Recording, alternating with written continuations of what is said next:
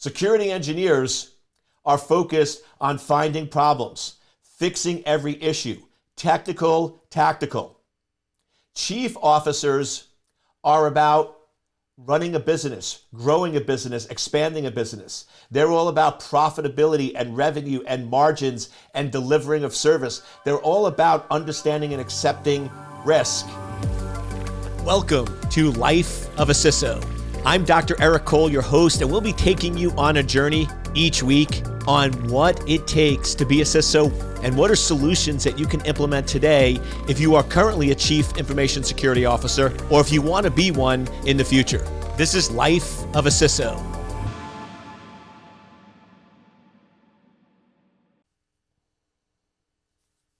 Welcome, my friends. I hope you know what time it is. I hope you're ready to go.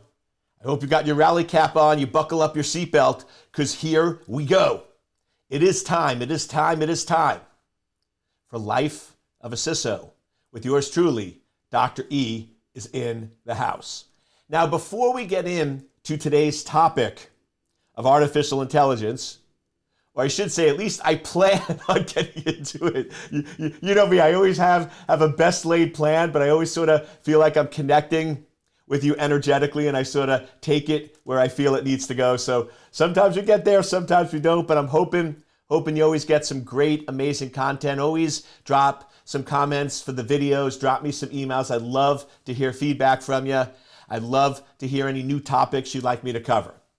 But one of the things I've noticed, one of the biggest problems that CISOs have adapting and oriented in an organization is they're not thinking like a chief officer. They're still thinking like a security engineer. And here's the reality. Security engineers think differently than chief officers do. Security engineers are focused on finding problems, fixing every issue, technical, tactical. Chief officers are about running a business, growing a business, expanding a business. They're all about profitability and revenue and margins and delivering of service. They're all about understanding and accepting risk, all in the sake of expanding and growing for the overall health of the business. So if you're a chief officer, which you are as a CISO, you need to think differently than a security engineer. And to me, this is why most CISOs struggle. Because you have all the other COs, CEO, COO, CFO, are all thinking a certain way. They're all about the business. They're all about what is the goal and objective of the business? How do we grow and expand the business? How do we keep the business healthy? How do we maximize profit and revenue and margins for the overall business? They're all rowing in a certain direction. And then the other CO, your CISO, Chief Information Security Officer, you come in and you're rowing in a different direction. You're telling them how things are so bad, we need more money, we need more issues, we have all these risks, we have all these exposures, and they're like, we don't care about that primarily. We want to know, how does that affect the business? How does that affect our revenue and profitability? If we spend another $3 million, that actually decreases our profitability. So what benefit do we get from that versus what is the risk of us not doing that?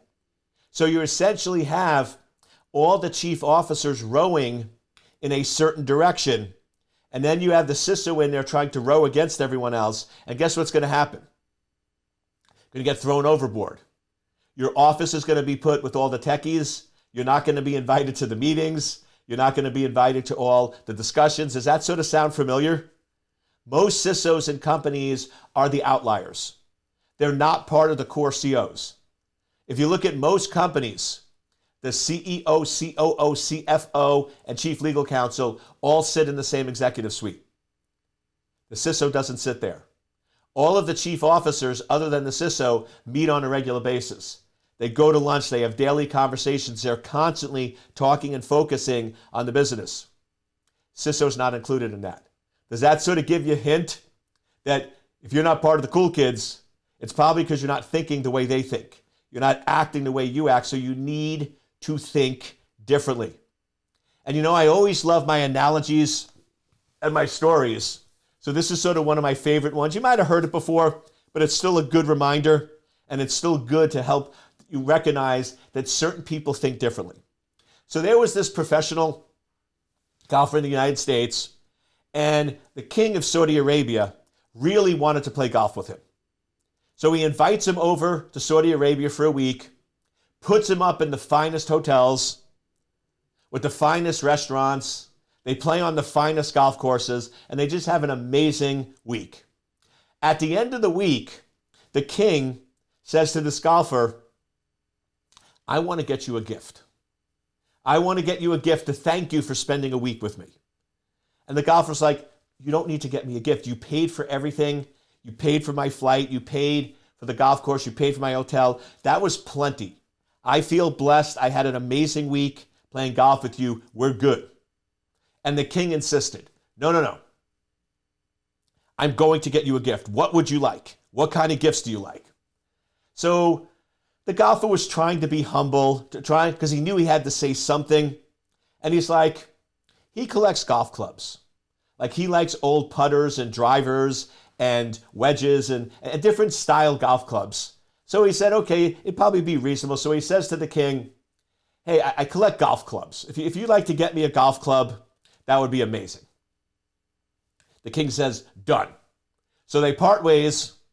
And as this golfer is flying back to the United States, he can't help but think, what type of golf club would a king get him?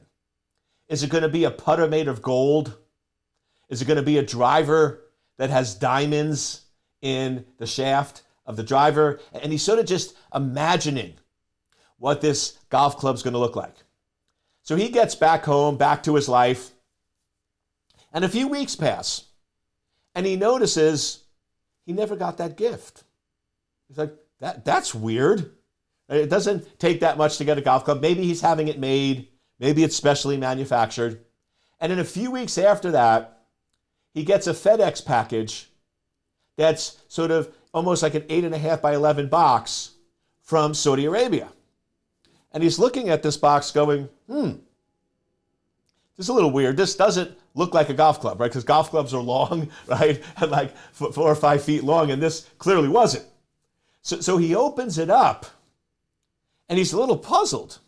Because as he's going through this, he notices it's a deed to a 36-hole golf club in Phoenix, Arizona.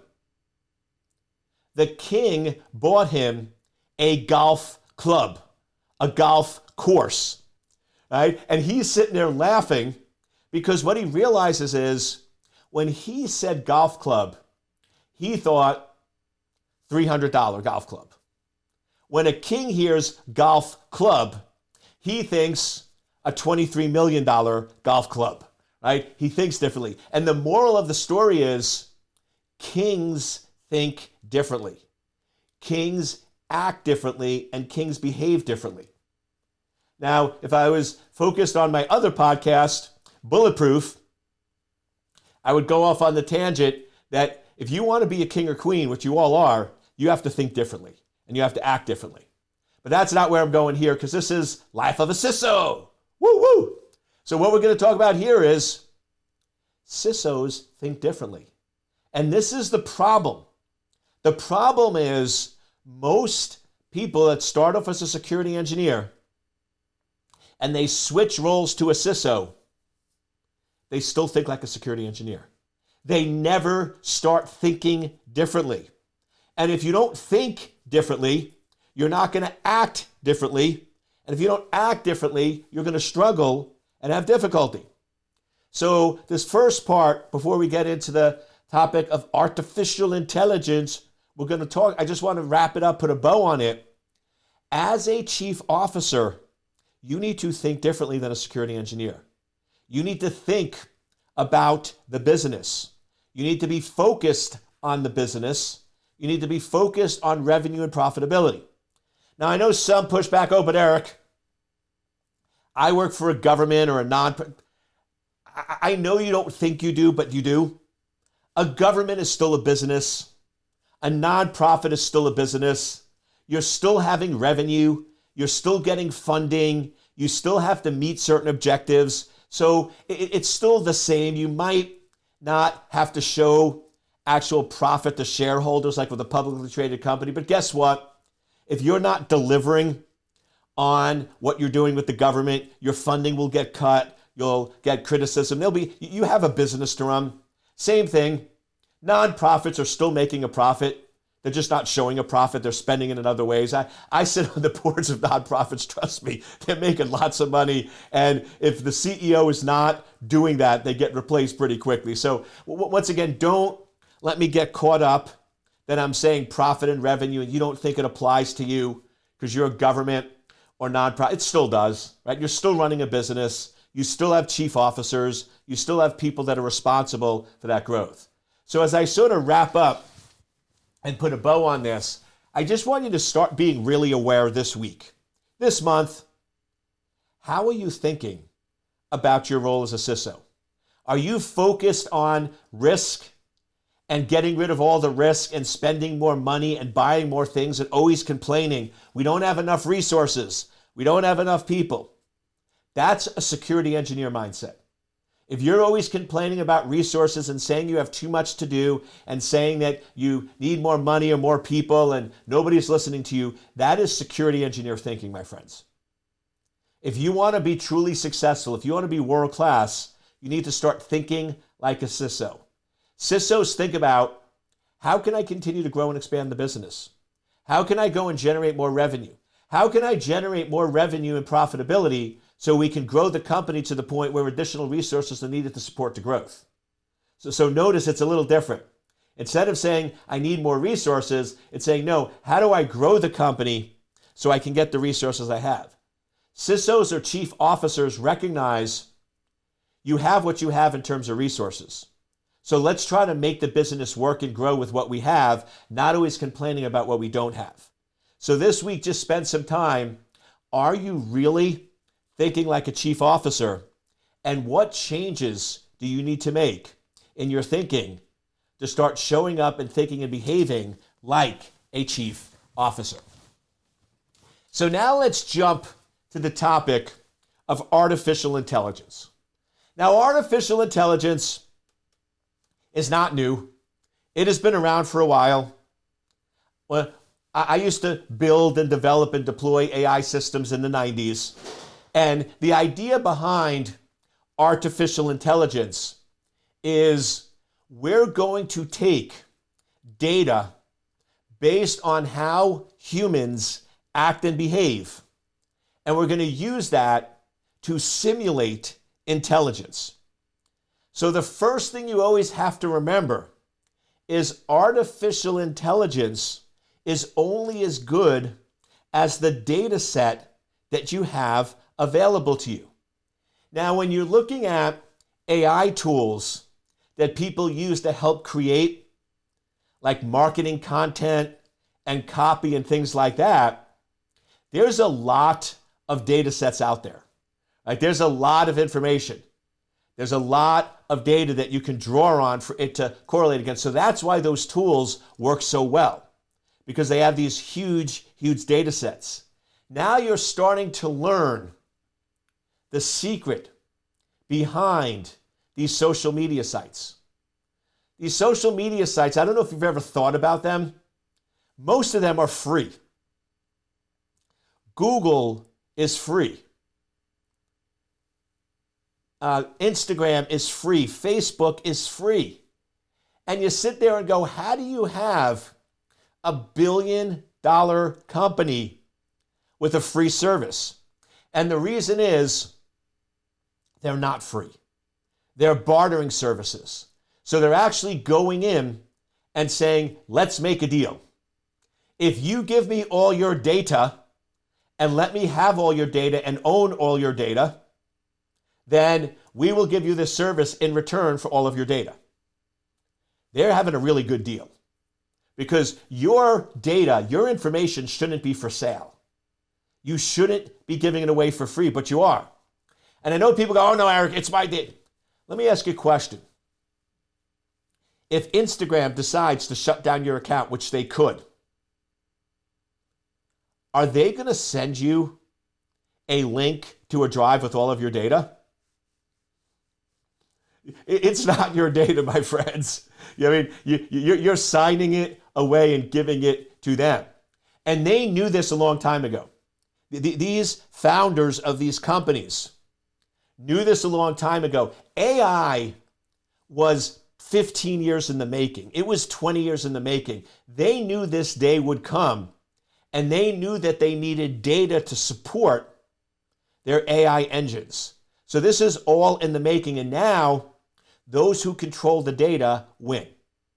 So just a little bit on AI, because I think it's important for you to understand how this impacts society, but more importantly, how it impacts you as a chief information security officer. There's really two general types of AI. There's what we call knowledge-based or rule-based, and then there's what we call machine learning. So the first type, when you get into knowledge-based or rule-based, is essentially where you study experts and you figure out the steps they take to solve a problem. So if you look at sites like WebMD or sites like those are all knowledge-based, rule-based systems. They go in and ask you a question. Do you have a fever? Yes.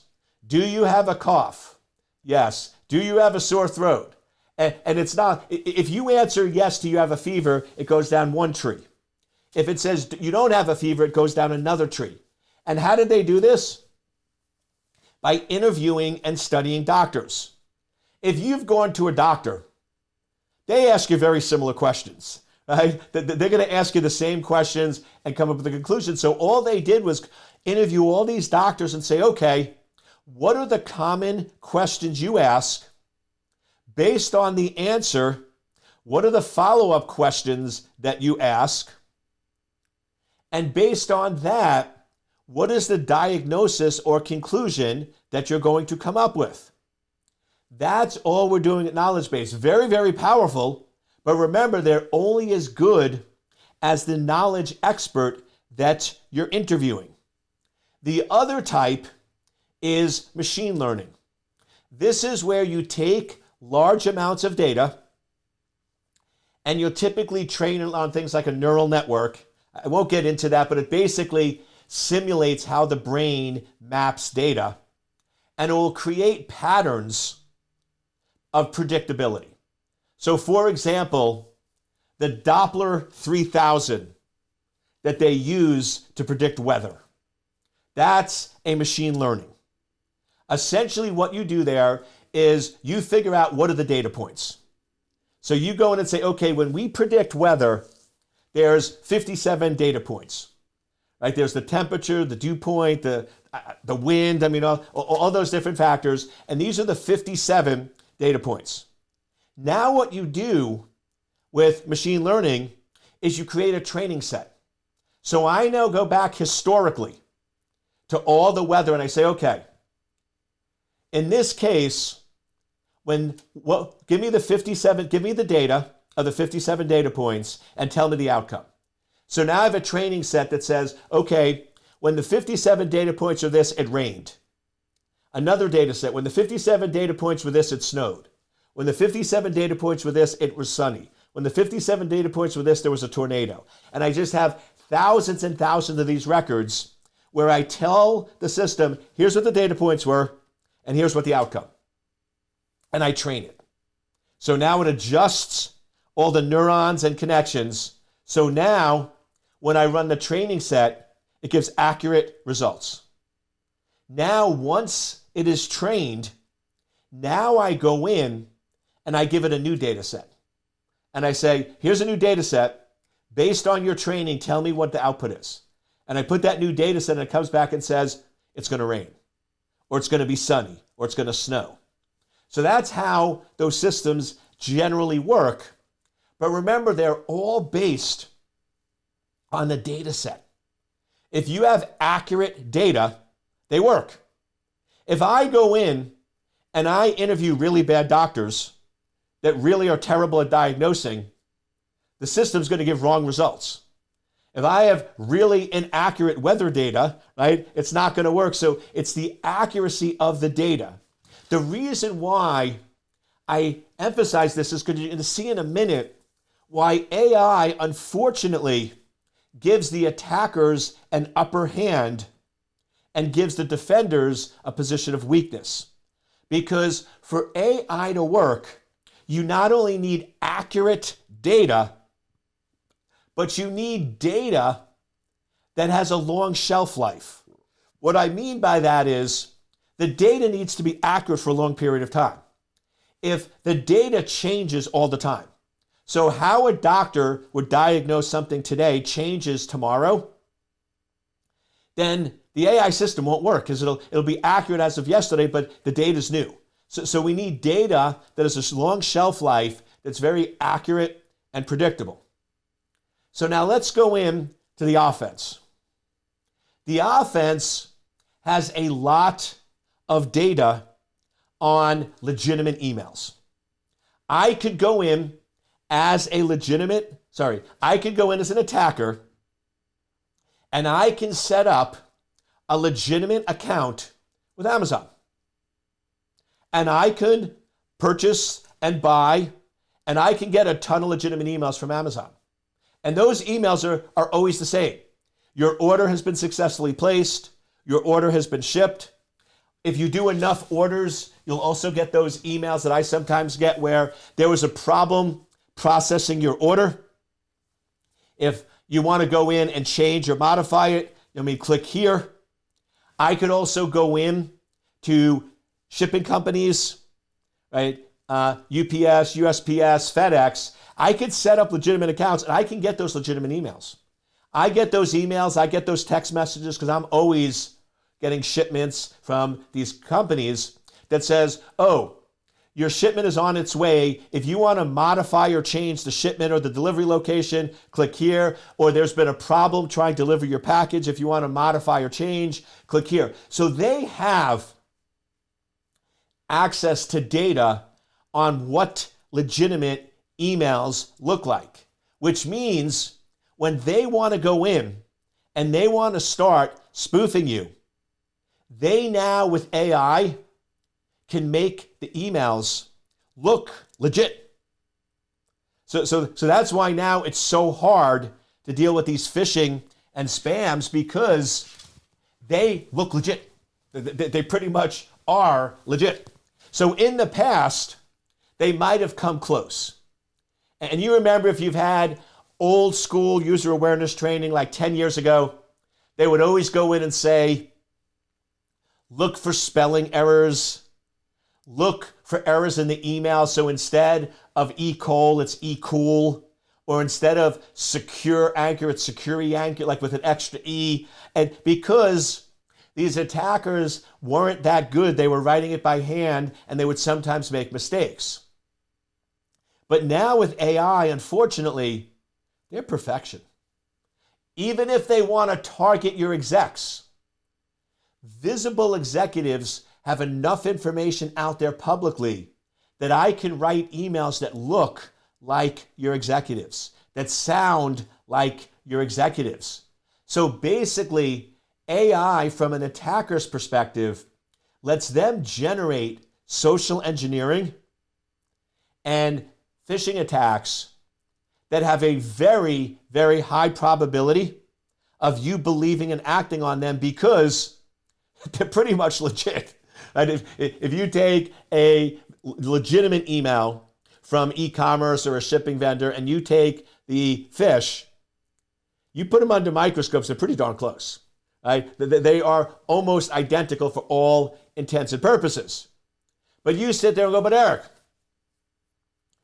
they have to have some differences, like with the email. No, because here's the trick. A good social engineer, a good phishing attack, I don't want you to reply, I want you to click. And if you notice, and here's the crazy part, if you notice the emails you get from these e-commerce and these shipping companies, they actually go in and say, This is an auto-generated message. Do not reply to this message because it does not go to a valid account. So just the way we've set up our systems almost plays directly into the attacker's hands, because now they can spoof the email. It is identical, except the link or the attachment is malicious. So this is why I believe we're at this point where CISOs and companies and executives need to make a paradigm shift. They need to recognize this isn't working. And what's not working is having embedded links, having attachments in emails from external emails. That's just not scalable. And the reality is it's not really used.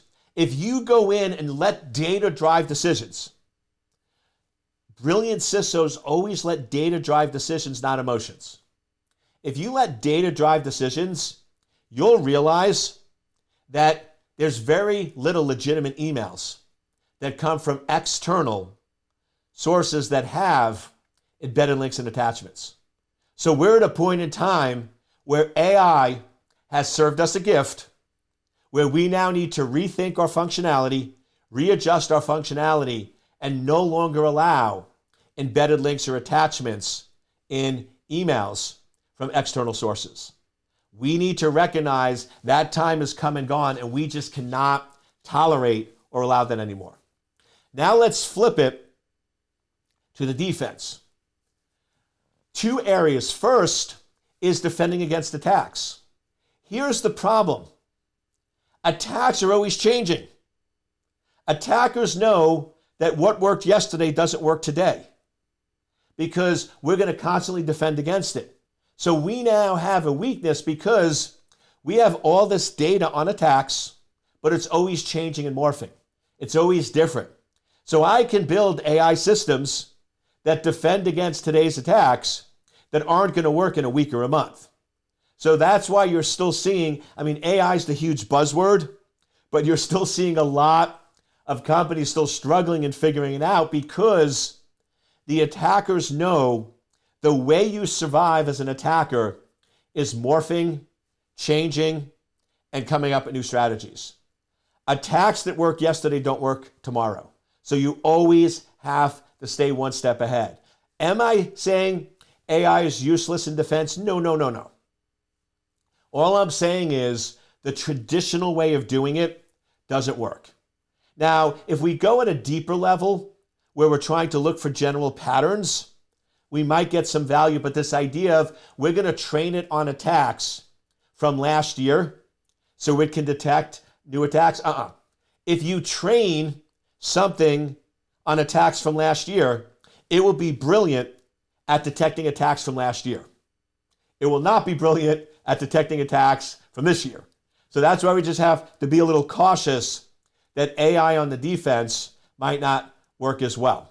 And then the last piece that you have to be aware of is AI lets you generate content of high quality and amazing rate. So there's a lot of companies that are in the business of content generation. So now you have a company that needs to produce some white papers or marketing material for a company. In the past, it would take 50 hours to generate this content, because somebody would have to research it, write it by hand, put it all together. Well, now this company is still charging the same amount, but now they put the question and generate a brochure into AI, and now they can do the same amount of work in 5 hours instead of 50. So now you get into an interesting area, which is this. What really is plagiarism in a digital world? And this is where you want to listen to my topic last week on cyber law, because our plagiarism laws were written for written material. So the way they work is this. If you take my book and you reproduce it word for word, you violated my copyright. You plagiarized my material, and you can't do that. But if you go in and you reuse some of that material and you rewrite it in your own language.